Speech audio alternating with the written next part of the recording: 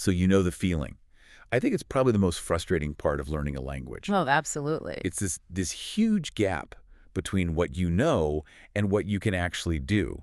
Mm, You can put on a movie, no subtitles, and you follow it just fine. You can read a really complex news article and get all the nuance. right. But then the second you open your mouth to say something to actually produce the language, you just freeze. And that huge vocabulary you've spent years building, it just, poof, it's gone. Yeah, and you sound like you've been studying for 3 weeks, not 3 years. It's infuriating. Well, that is the notorious gap, isn't it, between the passive comprehension and the active confident production. Exactly. And what's so great about the sources we're looking at today is that they offer a diagnosis that's, well, it's simple, it's clear, and it's really practical. And they don't just stop at the diagnosis. They give 5 specific things you can do. And that's our mission for this deep dive. We're going to cut through all that frustration. We're going to unpack why this freeze happens, because I promise you, it is not because you're bad at English. Not at all. It's a trainable skill, and we have the exact techniques to start turning all that passive knowledge into, smooth, confident speech, starting today. Okay, let's jump right in. We can start with that 2-part diagnosis. Right. So first up is something we are all guilty of. We spend so much time on input listening, reading, flashcards. The forces call this diagnosis number 1, the passive trap. It's the most common pitfall. You see dedicated learners spend maybe 90% of their time just consuming. All passive, active All mode. passive. And look, listening is critical. Of course it is. It builds your vocabulary. It exposes you to natural speech patterns. But at the end of the day, listening is a receiving activity. Speaking is an output activity. So if all your time is on input, you're building this huge internal library. Exactly, a huge library. But you're completely neglecting the mechanics you need to actually retrieve that knowledge quickly. So we have this massive warehouse of English in our heads, but the door is locked right when we need to grab something. I love the phrase the sources use. They call producing sentences the missing muscle. It's a perfect analogy. It really is. Because it shifts the problem away from intelligence and more towards physical training. Right. You might know in your head how to build a perfect sentence.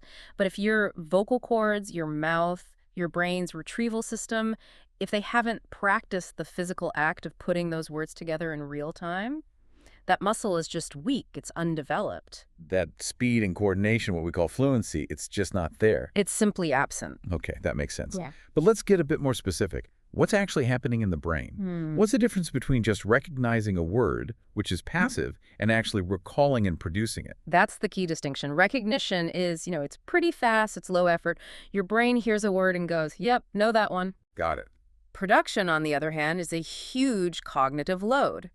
Your brain has to find the right word, pull up the right grammar, organize the sounds, then send commands to your mouth, all while you're still listening and trying to think of what to say next. So if you haven't practiced that whole sequence, The system just stalls. It freezes. and if that passive trap is the physical part, the missing muscle, then the second big problem is purely psychological. They call it the perfection trap. And this is the mental barrier that actually causes that physical stall. Learners get so focused on being flawless. Oh, absolutely. They're worrying constantly about grammar rules. Was that the right tense?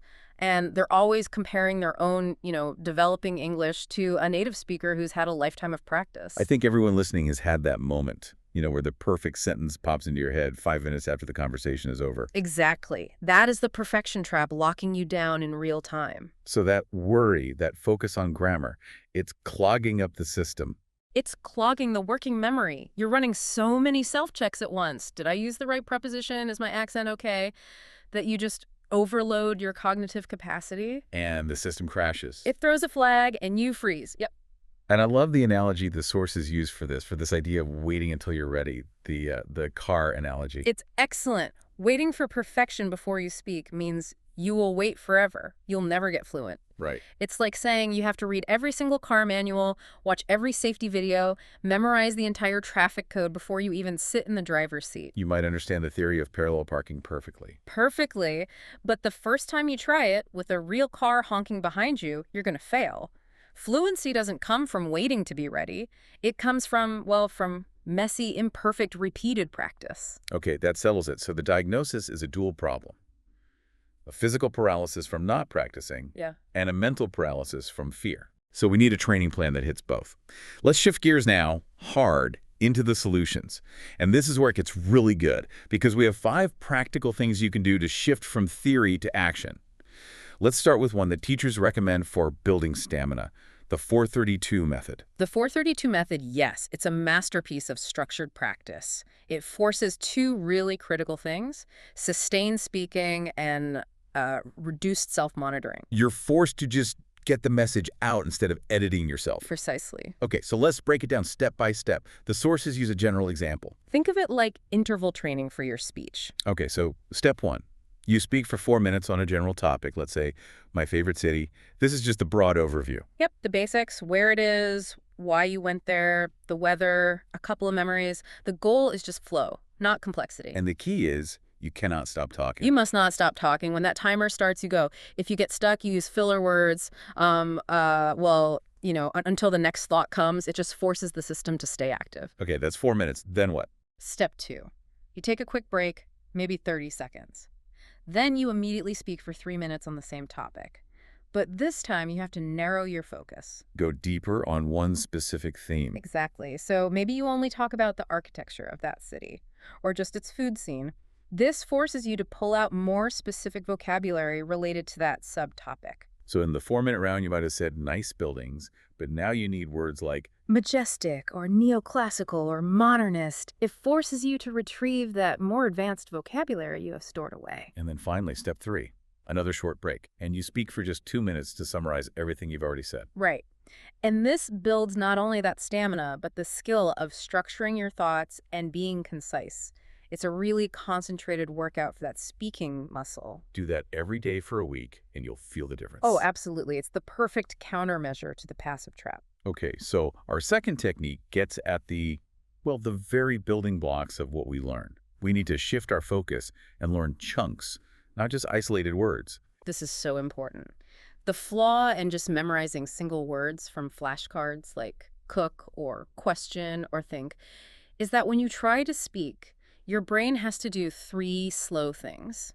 Okay. It has to retrieve the word, then retrieve the grammar rule, and then assemble the sentence. That whole process is just way too slow for a real conversation. So what's the alternative? The sources talk about chunks or collocations. Yes, or lexical bundles. They're basically pre-assembled units of language that native speakers use automatically. So instead of just learning the word cook, you learn the whole ready-made chunk, I'm cooking dinner later today. Instead of just question, you learn, I'd like to ask you a question. Exactly. Or instead of good idea, you learn, that sounds like a brilliant idea. But hang on a second, isn't that harder? It feels like I'm trying to memorize 4 or 5 words instead of just one. It feels like more work up front, but the payoff in speed is exponential. These chunks, they give your brain ready-made tools. You're not building the car from parts. You're driving a pre-built sedan. You access the entire phrase in one single go. It bypasses the need for real-time grammar, which makes your speech so much smoother and more natural. That is a game changer. So the advice here is to pick, 5 useful phrases a week and just use them every day until they feel automatic. Yes, and integrate them into your 432 practice. Perfect. Which brings us to our third practical solution, and this one is really focused on the physical side. Shadow the speaker. This is pure muscle training for your mouth. Part 1 is simple. You listen to some English audio. An interview, a podcast. Right, and you repeat exactly what you hear almost at the same time. You copy the rhythm, the intonation, the pronunciation. You're just being a mirror. But wait, isn't that just rote memorization? How does repeating what someone else says help me talk about my own life? It's a great question. It's not about memorizing the content, it's about the physical mechanics. When you shadow, you're training your mouth and your tongue to move in the specific ways that English requires. English has a really complex stress and intonation system. If your muscles are only used to your native language's rhythm, you're going to stumble, even if you know the word. Shadowing builds that muscle memory for the flow of the language. So once you've drilled mechanics, how do you turn that into your own original speech? That's part 2. After you practice the rhythm by shadowing, you then switch to talking about your own ideas, but you consciously try to use the phrases or the sentence stress you were just practicing. So you're applying the physical fluency you just built to your own message. You are bridging the gap between passive listening and active talking. So we've covered the physical activation methods. Now we have to get back to the mental game. Because without tackling that perfection trap, none of this is going to stick. We need to lower the perfection pressure. Yes. We have to internalize this one truth. Fluency is not perfection. It never has been. If you're waiting for the day your grammar is flawless, you will be waiting forever. The sources have a great reality check on this. They do. Native English speakers are just grateful when someone makes the effort to communicate in their language. They genuinely do not care about a foreign accent or a minor grammar mistake. They care about the connection. So the advice is just to start speaking today, relentlessly. Because mistakes aren't failures. They're data points. Every mistake gives you information about where you need to focus next. If you wait until you feel ready, that day is never going to come.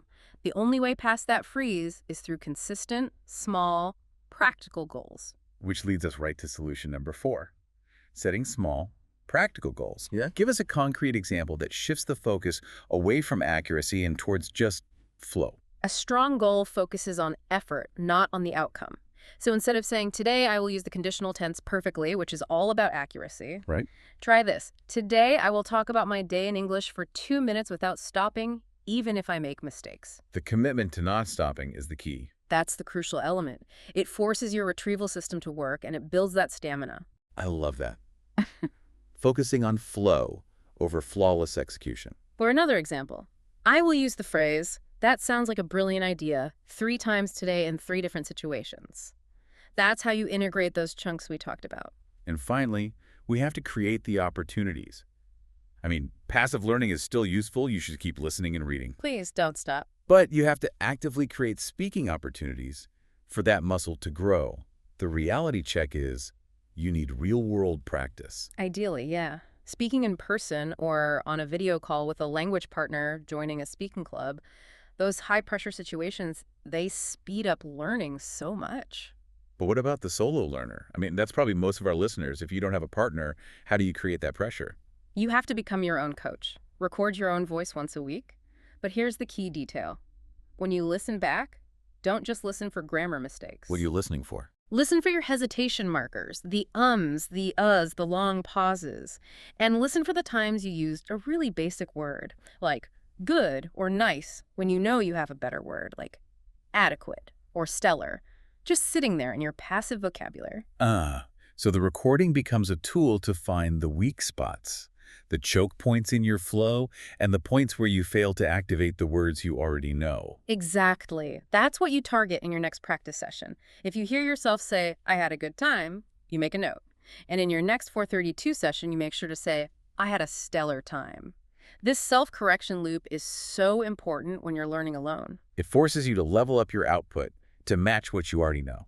Precisely. So the ultimate call to action here, it really just comes down to a small, manageable time commitment, right? This isn't about clearing your whole schedule. Absolutely not. The sources are very clear. Consistency beats duration every time. You just need to spend 5 to 10 minutes every single day actively speaking English. That can be talking to yourself, describing what you're doing. I am now chopping these vegetables. I think I need more salt. Or just dedicating that time to a structured 432 practice. The key is it has to be daily, ruthlessly consistent. That's how you build the muscle memory. So what's the big takeaway here? We started with this incredibly frustrating gap between knowing a language and actually being able to speak it. And we end with this core insight. You already have the knowledge. The more you speak, even if it's flawed, the more your brain connects that huge library of understanding you have to the physical act of producing language. Every single word you try to say, every minute you spend on the 432 method, you are actively building that speaking muscle. The job now is just to turn that understanding into daily tangible output. That's it. You can, and you will speak English confidently.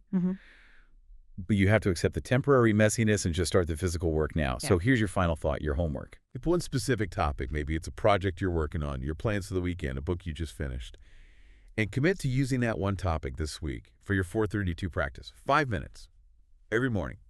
Reinforce that goal of daily, active, uninterrupted speech. Go start building that muscle.